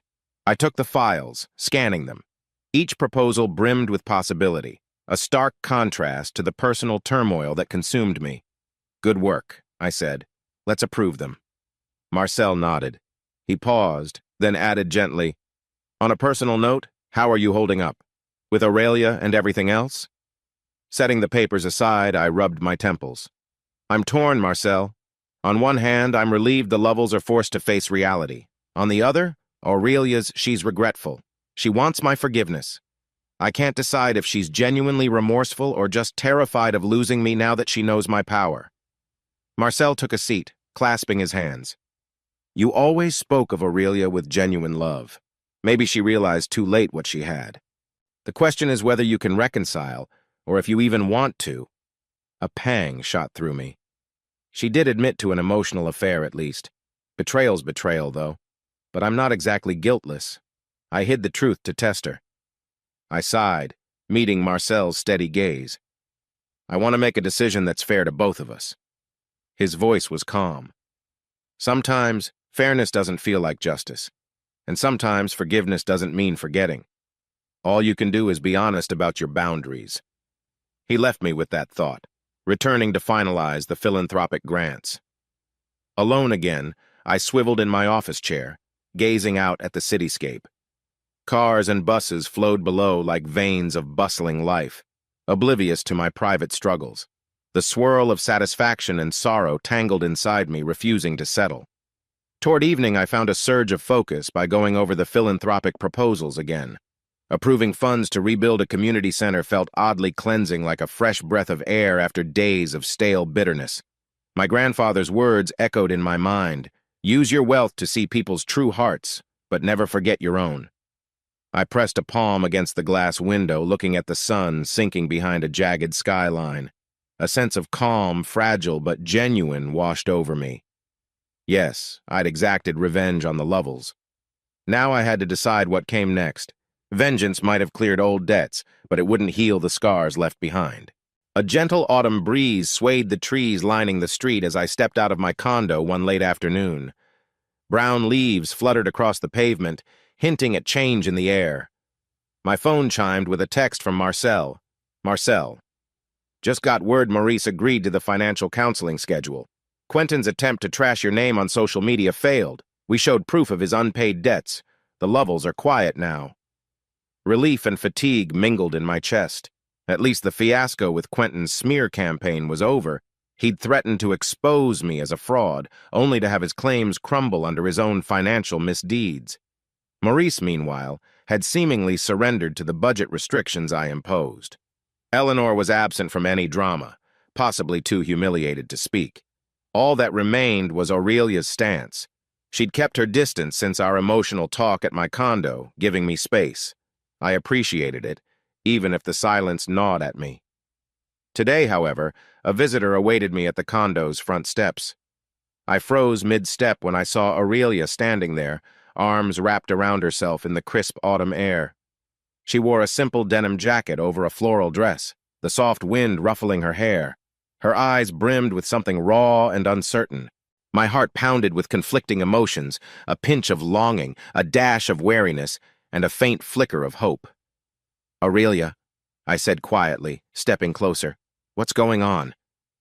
She swallowed hard, looking up at me with tears in her eyes. I've been thinking a lot. About us. About the mess we're in. Mom and Dad are settling into the small house. It's humiliating for them, but it's better than the street." She paused, voice quivering. I realized that everything we had, whatever love we shared, won't survive if we keep living in shadows and half-truths. A passing car whooshed by, swirling a few leaves around us. I waited, letting her gather her courage. "I need to know," she continued, "if there's any chance for us, or if I should just walk away." She lifted her gaze, tears trailing down her cheeks. "I can't keep tiptoeing around your life, not knowing if you forgive me, or if you hate me for betraying you." Time seemed to slow. The condo building loomed behind her, a silent witness to the heartbreak we'd endured. My mind flashed with images. The day I caught her on the phone, the standoff at the Lovell mansion, the gleam of tears in her eyes at the courthouse. And somewhere in that chaos, I remembered the day we first met long before the inheritance, the secrets, or the illusions of wealth. I drew in a breath, stepping forward until we stood inches apart. Her tearful eyes searched mine, reflecting the swirl of fear and hope in my own chest. "Do I hate you? No," I said softly. "Do I trust you? That's complicated, and I don't know if love is enough to fix what's broken. But I'm willing to talk, if you are." Her lips trembled, relief shining amidst her tears. "I'll do anything, Reed," she whispered. "I just want a real chance to make amends." My heart thudded. Part of me wanted to gather her in my arms. Part of me wanted to keep my distance to protect myself. But I couldn't deny the flicker of something still alive between us, fragile and wounded though it was. I nodded slowly. "We'll figure it out," I said, voice thick with emotion. "But it won't be easy and it won't be quick." Aurelia let out a shaky exhale. "I understand," she swallowed. "And I'm sorry, truly sorry that I ever made you feel less than who you are." She reached out, lightly grazing my hand with hers. I didn't pull away. Instead, I turned my hand palm up, letting our fingers brush, uncertain but not unwilling. The future loomed before us like an uncharted road, shadowed with regrets and possibilities. In that golden autumn light, with leaves drifting by like silent witnesses, we stood in shared heartbreak and hesitant hope. Whether we'd rebuild trust or watch our marriage fade away was still unknown. But for the first time, we both stood on the threshold, willing to face the choice head-on. A crisp November wind rattled the windows of my downtown condo as I stood in the living room, staring at the worn photograph of Ambrose Barlow, my late grandfather. His warm, mischievous grin seemed to urge me forward even from beyond the grave, like he was silently asking, "So, what's next?" I'd already made a tentative decision about Aurelia. We would attempt a fragile reconciliation guided by strict boundaries. Though I yearned to trust her fully again, my heart remained wary, like a bruised bird testing a broken wing. She accepted these terms without argument, vowing to rebuild honesty between us. This morning we were due at Barlow Enterprises for a board meeting. I'd expanded the organization swiftly after toppling the Lovell's illusions, forming new alliances overseas. As I shrugged on a tailored gray blazer and straightened my tie, Aurelia emerged from the bedroom. She wore a neat black pantsuit far different from her old, lavish attire. Her eyes held a mix of nerves and cautious hope. "Ready?" I asked softly. She nodded, offering a small, tremulous smile. "Yes. Thank you for letting me come along. Let's go." I gently guided her out the door. It wasn't quite forgiveness, but it was a step forward. Sunlight gleamed through the floor-to-ceiling windows of our main conference room, reflecting off the polished wood table. Marcel Yates was already there, scanning through documents on a tablet. Several department heads, finance, legal, philanthropic affairs, sat with him. They quieted as Aurelia and I entered. "All right, folks," I said, sliding into my chair at the head of the table. "Let's get started." Marcel cleared his throat, tapping his tablet. "First up, expansions into Europe and Asia. We've had preliminary talks with investors across 4 countries. If we move fast, we can secure robust partnerships for both Barlow Enterprises and the Ambrose Fund." He paused, then added, "We do have a prospective partner who's landed in town this week, Imogen Wild." Aurelia's eyes flicked my way, curiosity piqued. I nodded for Marcel to continue. "Imogen Wild runs a global investment group specializing in socially responsible ventures," Marcel explained. "She's eager to meet you, Reed. Her reputation is top-tier smart, strategic, with a soft spot for philanthropic collaborations." I leaned back in my chair, feeling a spark of anticipation. My father figure Ambrose had taught me that genuine partnerships often required both head and heart. If Imogen could help expand the Ambrose Fund while building Barlow Enterprises, it might be the perfect synergy. "I'll set a meeting," I said. "See how her vision aligns with ours." From the corner of my eye, I caught Aurelia watching me with subdued admiration, as though seeing this corporate side of me for the first time. A hint of regret flashed across her face, too, perhaps realizing how she once assumed I had no ambition. After more updates on finances and philanthropic outreach, the meeting adjourned. The department heads filed out. Marcel lingered, phone in hand, eyebrows raised. "Reed," he said quietly, "it seems the media's caught wind of your background rags to riches, the in-law conflict, all of it. They're hungry for a story." Aurelia's face paled and my stomach tightened.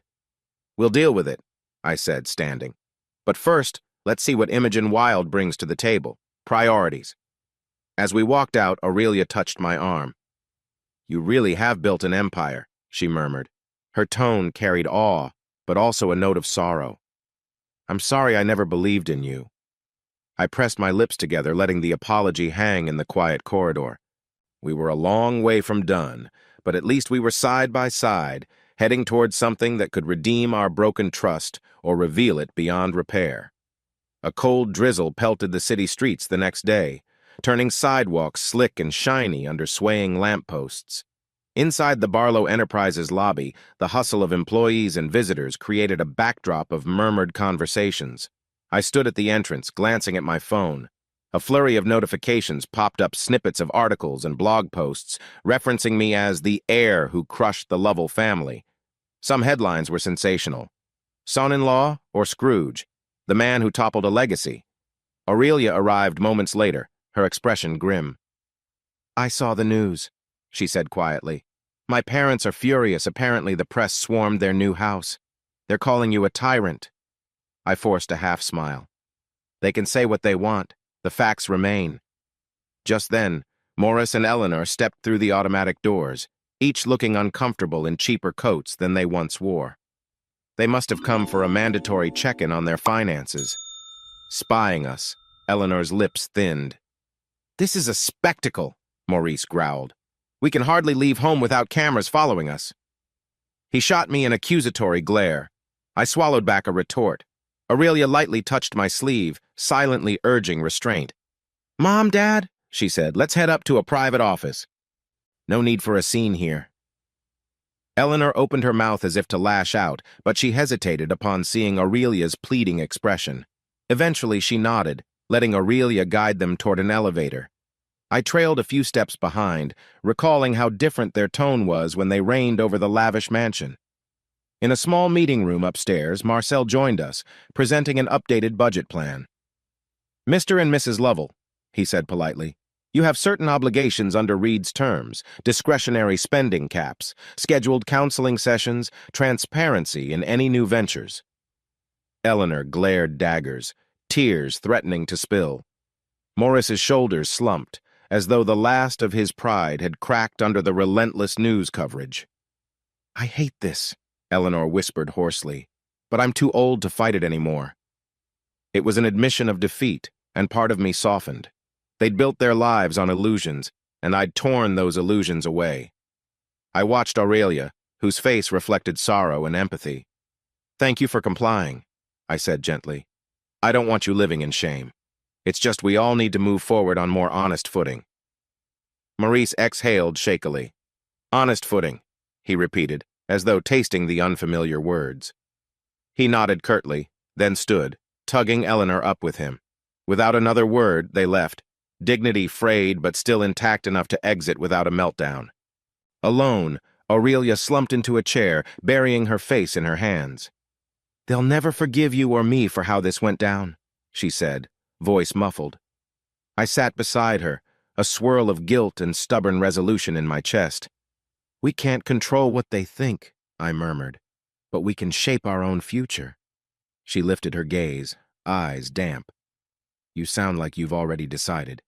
About us, I mean. Is there still room for me?" Her quiet question dug under my ribs like a claw. I hesitated, remembering all the times I'd yearned for her trust and how she'd thrown it away. Yet I also recalled how she'd stood by me in small ways these past days, refusing to demonize me publicly. "All I know," I said softly, "is that we'll face more media scrutiny, more bitterness from your parents. If we stick together, we have to be honest about everything." She nodded, reaching for my hand. I let her take it. For a moment, we sat in the hush of the meeting room, united against the swirl of outside pressures. Days turned into weeks, and winter draped a silvery chill over the city. The swirling talk of my ruthless takeover refused to die down. I ignored the tabloids, focusing on the upcoming philanthropic events. One in particular held my attention: a holiday charity drive for underprivileged kids, hosted by the Ambrose Fund in an old converted warehouse. I arrived early to oversee final preparations. Strings of twinkling lights illuminated the interior, where volunteers set up booths offering warm meals, donated clothing, and children's books. The air smelled of cinnamon and hot cocoa, an inviting contrast to the freezing wind outside. To my surprise, Aurelia was already there, wearing a simple cream-colored sweater and jeans, directing a few volunteers on how to arrange gift baskets. When she noticed me, she offered a tentative smile. "Hey," she called, her breath fogging in the chilly warehouse air. "I wanted to help. This drive means a lot to you, right?" "Yes," I said, walking over. "It does. Thank you for coming." She handed a box of books to a volunteer, turning back to me. "I figured it's time I prove I'm serious about being by your side and giving back, not just taking." I studied her face, the sincerity in her eyes. "I appreciate it," I said softly. All around us, children and parents began to filter in. Some carried the weight of poverty on their frail shoulders, eyes lighting up at the sight of holiday cheer. The volunteers guided them toward tables of donated goods. I found myself momentarily overwhelmed by gratitude. This was what Ambrose's inheritance was for uplifting those who truly needed help. Aurelia knelt to greet a young girl who clung shyly to her mother's hand.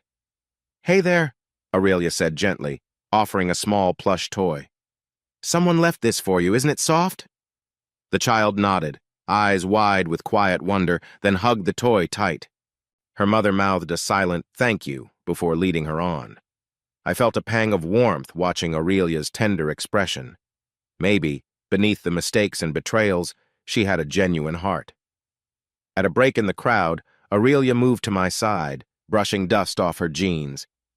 "I forgot how good it feels to help others without expecting anything back," she murmured, voice thick with emotion. I offered her a paper cup of hot cocoa. "That's the idea. Ambrose always said real wealth should uplift, not just enrich." A flicker of guilt crossed her features. "Then I spent all that time chasing comfort and status. I should have listened sooner, or at least tried to understand you." She paused, taking a shaky breath.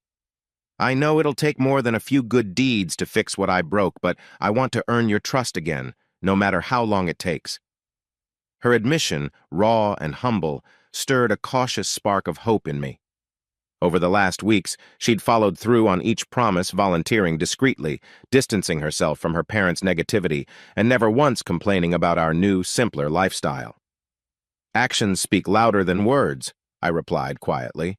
"You're on the right track." She nodded, a faint smile touching her lips. "I won't stop." A wave of children rushed in and we resumed our tasks. As I handed out coats, I realized how Aurelia's determination to rebuild resonated with my own desire for something real, untainted by illusions. Neither of us knew if we could fully mend our marriage, but in that warehouse, surrounded by grateful smiles and holiday lights, we took another step toward possibility. A few days after the charity event, I found myself in a sleek penthouse suite, high above the city skyline at dusk. Floor-to-ceiling windows offered a panoramic view of countless lights sparkling in the distance. Across from me sat Imogen Wilde, a poised woman in her early 40s. Her caramel-brown hair was swept back in a tidy chignon, and she wore a tailored business dress that exuded quiet confidence. "Read," Imogen said, her accent faintly British. "I've reviewed your proposals. Your philanthropic angle intrigues me. We invest in more than just profit, we value positive social impact." Her hazel eyes sparkled. "And from what I've gleaned, your approach is exactly that." I nodded, steepling my fingers. "I learned from my grandfather that wealth should serve a greater good, not just feed egos. Our expansions into Europe and Asia will amplify the Ambrose Fund's Reach scholarships, community centers, micro-lending programs. But we need a strong partner."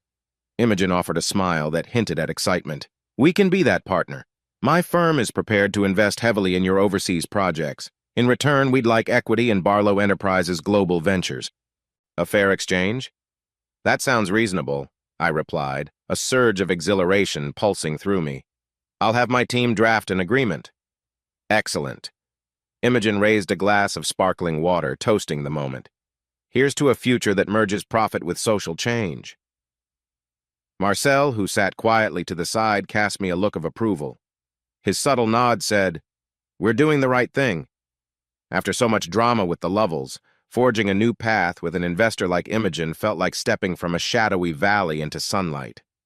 Aurelia joined me for dinner at an understated bistro near the penthouse.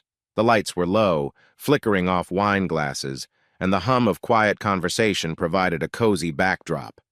When I told her about the partnership with Imogen Wilde, her face lit up. "That's incredible," she said, sipping iced tea. "You're truly turning Ambrose's vision into reality." I studied her across the table, heart tight with mingled affection and caution. "It's more than I ever expected, but it means a lot of travel, a lot of new responsibilities. I won't have much time to nurse old wounds." She nodded solemnly. "I get it. I won't hold you back. If anything, I want to help. I still need to prove I can stand on my own." Her words echoed with sincerity. She'd been picking up part-time consulting work, paying her personal expenses rather than leaning on me. It was a far cry from the lavish life she once knew. A flicker of gratitude warmed my chest. "Thank you," I said, voice low. "I appreciate that more than you realize." Just then, a burst of laughter from a nearby table reminded me we were in public. That used to send Aurelia into self-conscious mode, worrying about appearances. Now, she simply smiled, at ease in the bistro's modest atmosphere. We lingered over dessert, a rich chocolate torte, our spoons clinking quietly against the plate. At last, Aurelia set hers down. "So," she began, "with these new deals, does it mean you'll be away a lot?" Likely, I admitted, stirring my coffee. Imogen wants me in London next month, then possibly Tokyo. We'll be finalizing details for expansions and philanthropic programs. She pressed her lips together, then squared her shoulders with determination. I won't ask you to stay if it jeopardizes the Ambrose Fund's success, but I would like to be part of your life, if you'll have me. A flicker of sadness crossed her eyes, mingled with hope. I don't want to lose you again. My heart thudded. Part of me worried about leaving her behind, uncertain if our fragile trust could withstand long distances. But another part sensed that giving each other space and the chance to grow independently might be exactly what we needed. We'll figure it out, I said softly, reaching for her hand. I'm not sure where this leads. Maybe we find our way back to each other fully, or maybe we discover a different kind of partnership. But I won't shut you out again, not if you keep showing me you've changed. She entwined her fingers with mine, eyes brimming with quiet gratitude. I will, she promised. And so we finished the evening with a cautious closeness. As we stepped into the crisp night air, I couldn't ignore the flutter of warmth in my chest. The future remained unwritten. We could part ways amicably, or we might build something stronger than before. For now, though, we walked side by side under the city lights, forging a tentative truce, one that hinted at genuine healing or, at the very least, mutual respect. It was a cold morning in January, the city skyline draped in soft gray fog. I stood by the window of my office at Barlow Enterprises, sipping black coffee and watching the stream of headlights crawl along the damp streets below. Everything had felt steady the past few weeks. My philanthropic work expanded. Aurelia and I navigated a cautious but genuine reconciliation, and the Lovels stayed in the background, nursing their bruised pride. Then came a knock at my office door. Marcel Yates entered, his usually calm features set in a worried frown. "Reed," he said quietly, shutting the door behind him. "We have a problem."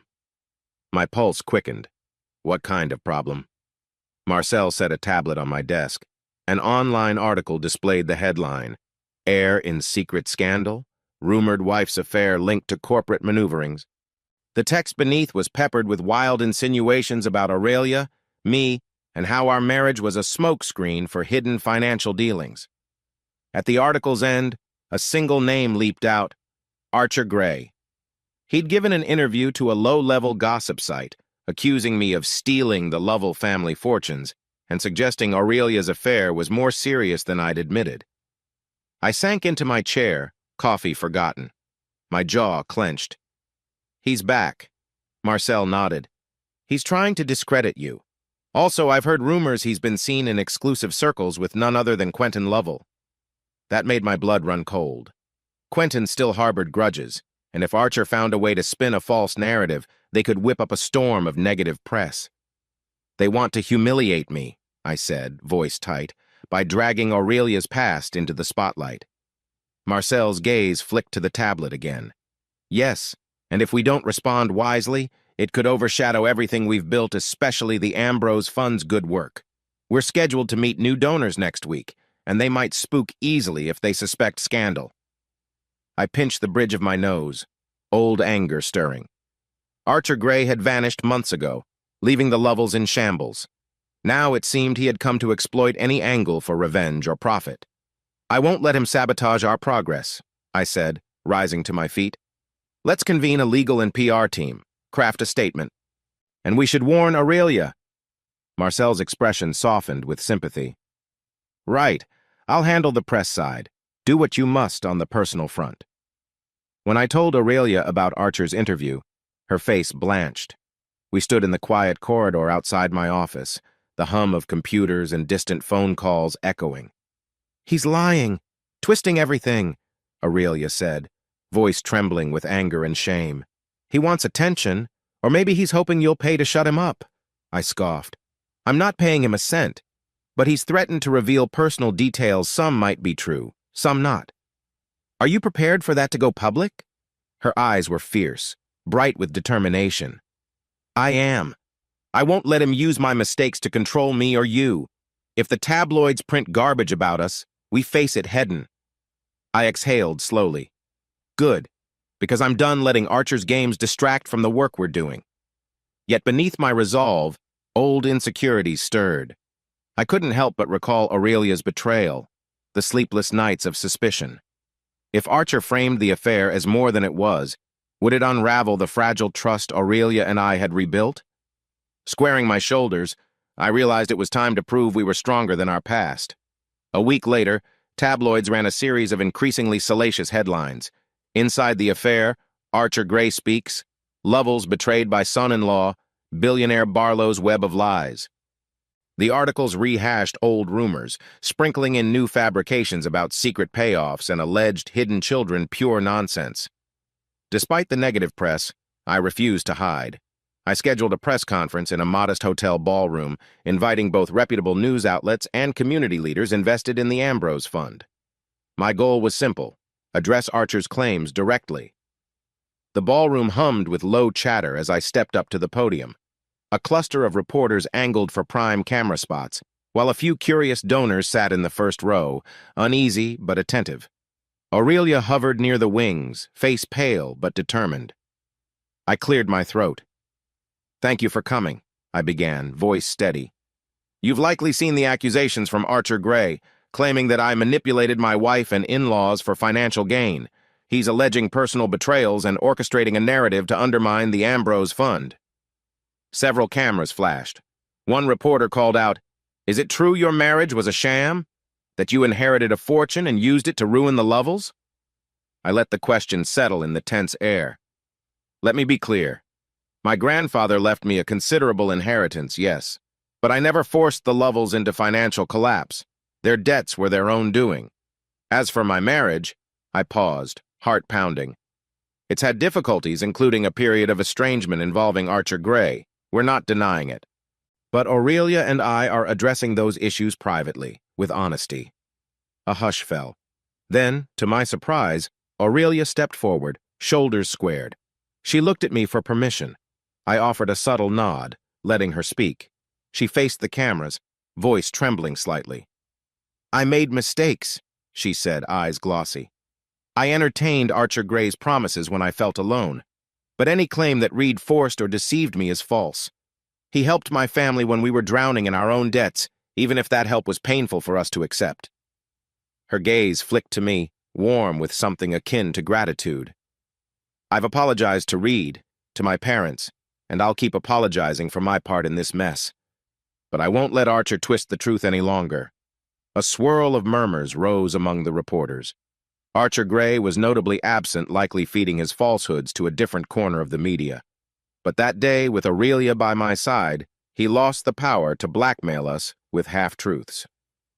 Over the next few days, I discovered that Maurice and Eleanor had grown surprisingly quiet.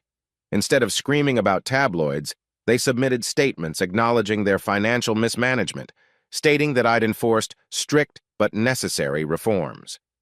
They still resented the humiliation, but apparently recognized that fueling Archer's claims would only worsen their own image.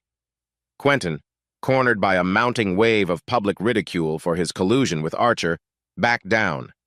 He issued a half-hearted social media post, claiming he had no part in Archer's smear campaign and that his previous misunderstandings were settled.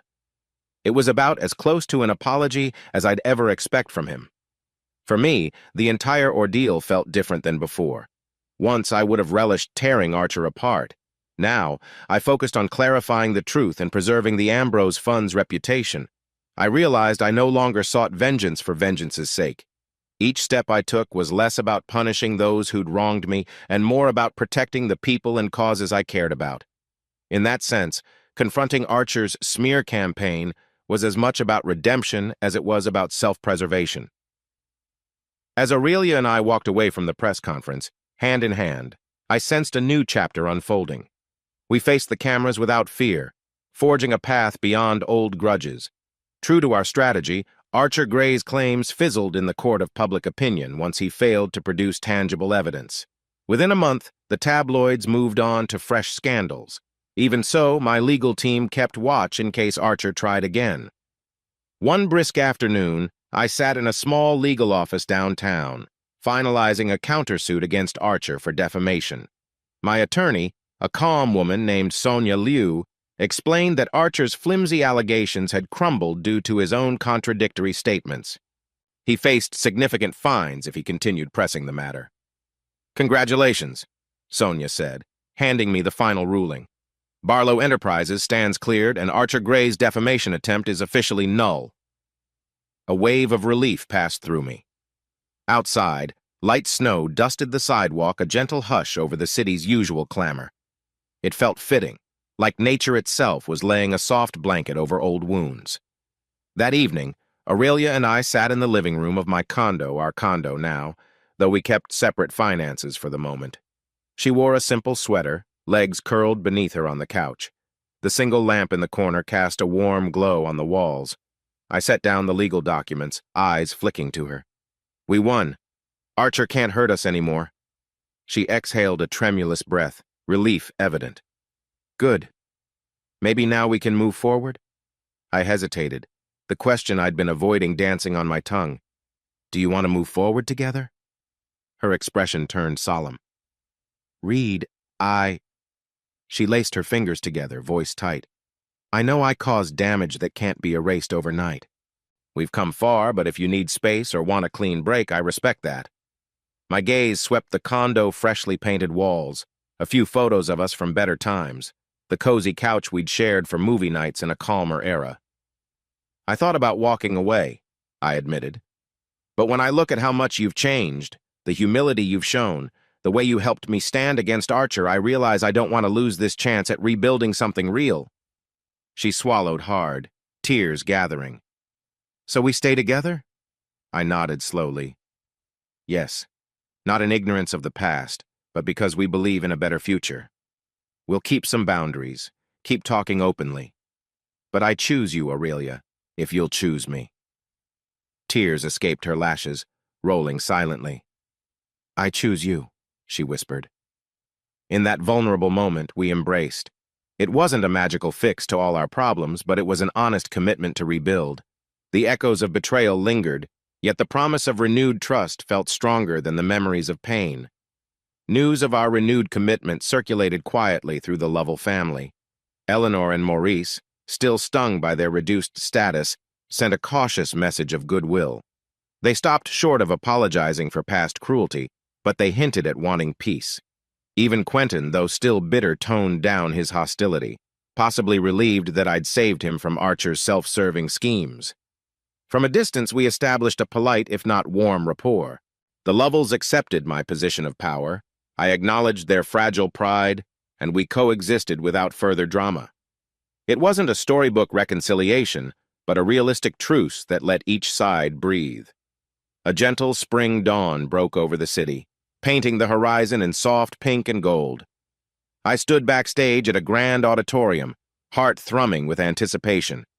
Today was the philanthropic summit for the Ambrose Fund, a gathering of donors, community leaders, and international partners who believed in our mission.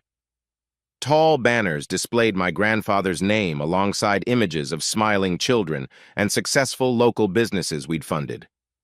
Stepping onto the stage, I surveyed the vast audience. Hundreds of attendees, media cameras, and supporters from abroad. Marcel Yates stood in the front row, giving me an encouraging nod. Aurelia sat beside him, her face shining with pride and maybe a little emotion. Even a few members of the Lovell family attended in the back, subdued but present. I cleared my throat at the podium. "Welcome," I began, voice echoing through the microphone. When I inherited my grandfather Ambrose Barlow's fortune, I had no idea how dramatically life would change. I faced betrayal, heartbreak, and unexpected allies. But through it all, I remembered his words. People show their true selves when they think you have nothing. A hush of attentive silence fell over the crowd. Rather than hoard wealth, I continued, I chose to invest in community-creating scholarships, supporting small businesses, bridging opportunities across borders. That vision expanded beyond what I ever imagined, thanks to partners like Imogen Wild and dedicated communities worldwide. I glanced at Imogen, who offered a gracious smile from across the aisle. My gaze swept the auditorium, catching Aurelia's eyes. I paused, hearts swelling with gratitude that we'd endured so much, yet still stood here together. "You see," I said, voice thickening, "money alone isn't power. True power lies in building something worthwhile, lifting others, and standing firm when adversity knocks. Today, the Ambrose Fund announces new expansion scholarships in underdeveloped regions, healthcare initiatives, and microloans for struggling entrepreneurs." A ripple of applause spread across the hall. Stepping back from the podium, I pictured how it all began. My father figure, Ambrose, quietly testing my integrity with his secret letter. Aurelia's hushed phone call about Archer Gray, the Lovell's scorn, my own buried ambitions erupting into a carefully orchestrated revenge. Each event shaped me, forging a man who understood both the sting of betrayal and the need for compassion. Now, in front of the stage's bright lights, I felt an overwhelming sense of closure. I'd lived in the shadows of doubt, but I emerged not merely to tear others down, but to build a legacy that honored Ambrose's ideals and my own moral compass. The final applause swelled. I caught Aurelia's tearful smile. She mouthed, "I'm proud of you." My heart clenched with a wave of affection and relief. Taking one last look at the assembled crowd, I bowed my head in silent tribute to Ambrose Barlow. His memory lived on in every scholarship, every grant, every community uplifted. The bitterness I once carried seemed distant now, replaced by a gentle, forward-looking peace. As I exited the stage to a standing ovation, I felt a surge of optimism. The future stretched wide before me, adventures across continents with Barlow Enterprises, philanthropic expansions through the Ambrose Fund, and the delicate but determined healing of my marriage. I stepped forward into that bright unknown, far stronger and wiser than the naive warehouse worker who once overheard his wife's secret phone call. My grandfather's legacy thrived in my hands, and I, in turn, embraced a destiny I'd forged through perseverance, faith in my vision, and the unwavering choice to transform heartbreak into hope.